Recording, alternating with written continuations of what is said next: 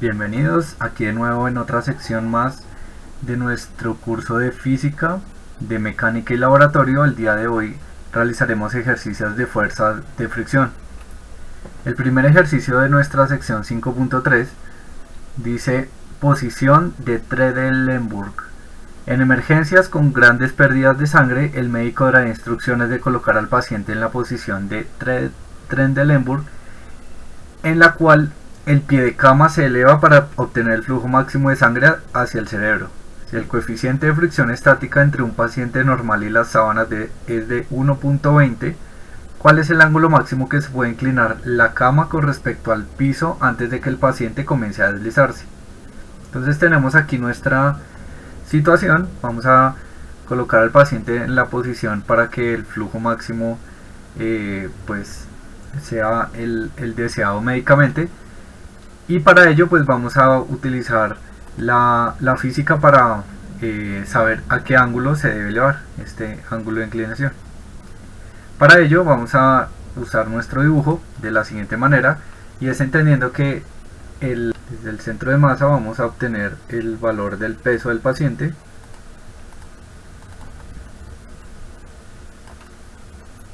Peso del paciente que va hacia el centro de la Tierra, como lo hemos dicho en varias ocasiones, y como está en contacto con la cama, esta fuerza de contacto es normal a ella, es decir, la fuerza normal,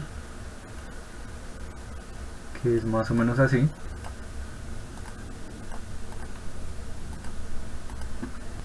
que es perpendicular a la superficie, y pues lo que se esperaría es que el posible movimiento del cuerpo sea hacia allá, hacia la izquierda, pero como no deseamos eso, pues debe haber una fuerza con la misma magnitud en sentido contrario, llamado fuerza de rozamiento. En este caso va a ser estática, para que nuestro paciente no se nos vaya de la cama.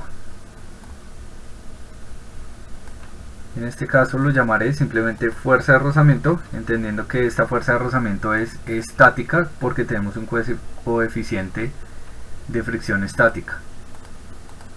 Ahora colocaremos un eje cartesiano en el cual alguno de los dos ejes coincida con el posible movimiento de la situación. Yo voy a colocar que en el eje Y coincida la fuerza normal y en el eje X coincida la fuerza de rozamiento. De esta manera nombramos correctamente nuestros ejes. Este es el eje X y este es el eje Y. Nuestro ángulo se va a repetir acá y lo vamos a llamar un ángulo alfa. Este ángulo alfa es lo que deseamos encontrar. Nos llevamos nuestro dibujo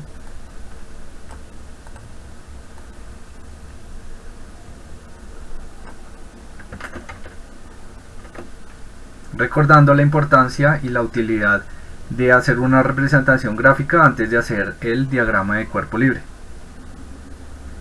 El ángulo de inclinación alfa va a ser el ángulo de inclinación que esperamos obtener, que es este es el ángulo de inclinación.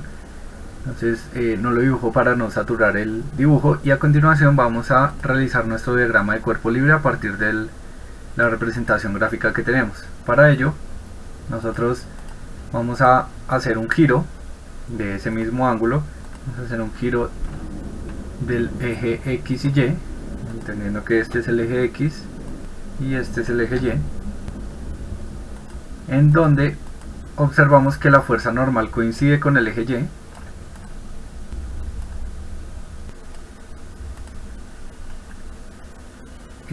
La fuerza de rozamiento coincide con el eje horizontal X,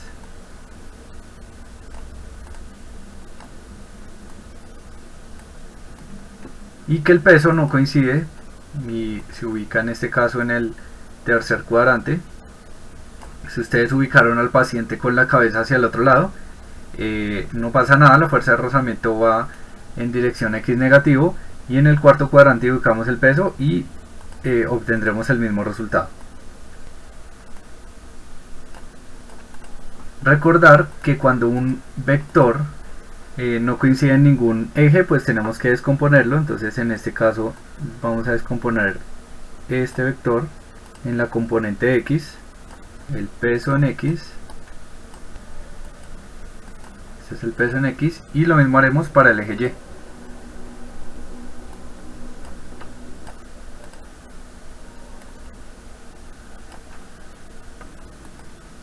De esta manera tenemos nuestro diagrama de cuerpo libre correctamente, y con él nos dispondremos a hacer la sumatoria de fuerzas correctamente. En este caso lo voy a hacer aquí a la derecha. Entonces, sumatoria de fuerzas.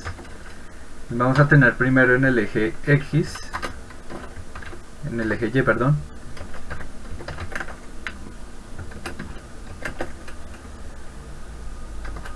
donde tenemos la fuerza normal hacia arriba en Y positivo, y en dirección contraria tenemos el peso, pero la componente en Y, y eso es igual a 0 porque se encuentra en equilibrio en este eje.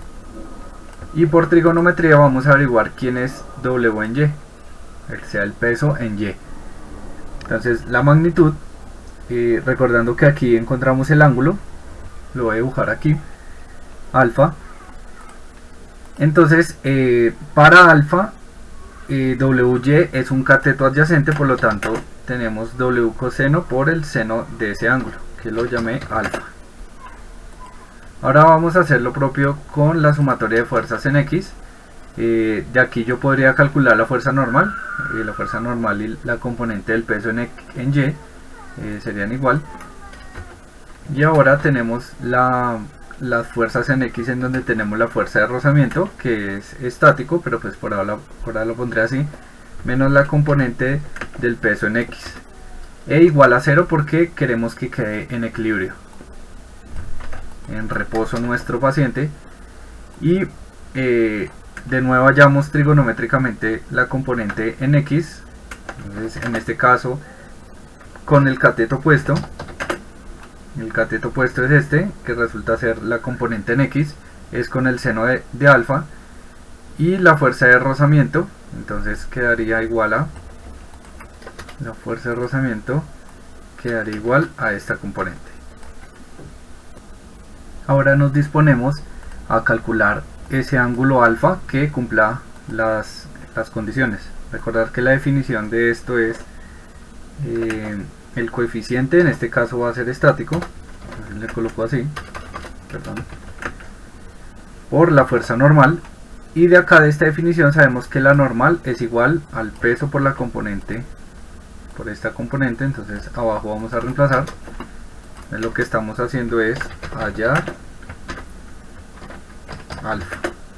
Vamos a disponernos a hallar alfa, recordando que la normal por la sumatoria de fuerzas en Y nos dio esto. Definición del peso es la masa por la aceleración de la gravedad de la Tierra, en este caso, que nuestro sistema está en la Tierra. Y de acá pues vemos que W y W se va, o pues la masa en general, ¿no? El peso, perdón. Es decir, que para hallar estos ángulos no nos importa la masa, por eso es tan útil, porque se puede colocar cualquier paciente y sabiendo el coeficiente, para cualquier paciente, no importa la masa que tenga o el peso, el ángulo va a ser el mismo para que tengamos esta condición médica exitosa. Entonces de aquí simplificamos, y ahora lo que queremos saber es el ángulo. Entonces voy a pasar este coseno a dividir para tener una identidad trigonométrica conocida, que es seno sobre coseno, que eso es igual a la tangente. Nos dan el valor del coeficiente, que es de 1,20. Para ello despejaremos alfa de acá, y tenemos que con la inversa de la función, en este caso voy a escribirla, que es arco tangente o tangente a la menos 1, o la inversa de la tangente de este valor, que es 1,20, pero por practicidad pues son 50 grados si se quiere hacer en una práctica médica. De esta manera terminado este ejercicio. Ahora pasaremos al ejercicio 5.27, que dice: un bodeguero empuja una caja de 11.2 kilogramos de masa sobre una superficie horizontal con rapidez constante de 3.50 metros por segundo. El coeficiente de fricción cinética entre la caja y la superficie es de 0,20. A. ¿Qué fuerza horizontal debe aplicar el trabajador para mantener el movimiento? B. Si se elimina la fuerza calculada en el inciso A, ¿qué distancia se deslizaría la caja antes de detenerse? Para ello vamos a realizar nuestra representación gráfica del dibujo y ubicar las fuerzas correctamente para hacer el diagrama y dar respuesta a lo que se solicita.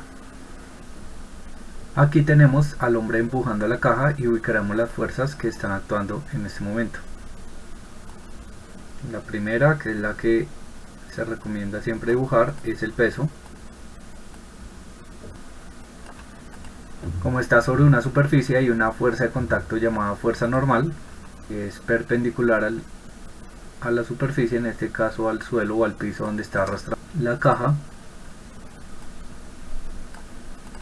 La fuerza, pues la vamos a dibujar acá, la vamos a dibujar con rojo. Entonces hay una fuerza resultante, y al haber una fuerza, esta es la fuerza que está aplicando el hombre, y al estar en contacto con la superficie pues aparece una fuerza de rozamiento, que la dibujo en este caso en contra del movimiento que está haciendo la caja debido a la fuerza del señor, del hombre, llamada fuerza de rozamiento. Y con ello nos llevamos nuestra situación, tenemos nuestra situación, y con ella nos queda más fácil hacer el diagrama de cuerpo libre, en donde vamos a hacer coincidir el eje X con las fuerzas horizontales y el eje Y con las fuerzas verticales. Hacemos nuestro diagrama de cuerpo libre, nombrándolos correctamente, el eje X y el eje Y, dibujando las fuerzas que coinciden. Entonces tenemos la fuerza normal, el peso, la fuerza del hombre,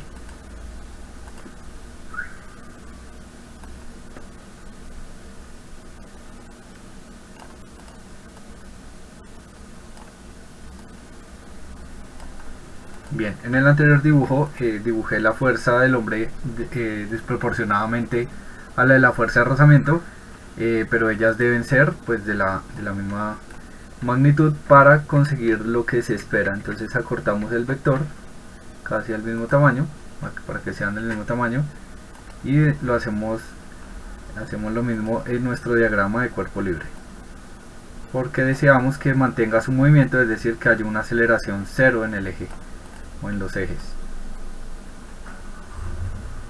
Con esto podemos llevarnos ya nuestro dibujo y tenemos nuestro diagrama de cuerpo libre correctamente. Nos dispondremos a hallar la sumatoria de fuerzas en cada eje, recordando que tenemos el eje Y. Vamos a calcular la sumatoria de fuerzas en el eje Y. Identificamos por nuestro diagrama que realizamos correctamente que la normal en el eje Y tiene una dirección opuesta al peso, y es 0 porque se encuentra en equilibrio, y así sabemos que la normal es igual al peso. Hacemos lo mismo para la sumatoria de fuerzas en X, y la sumatoria de fuerzas en X nos indica que es la fuerza del hombre y en dirección contraria la fuerza de rozamiento, y como queremos mantener el sistema en movimiento, entonces la aceleración va a ser 0, encontrando que la fuerza del hombre es la misma fuerza del rozamiento.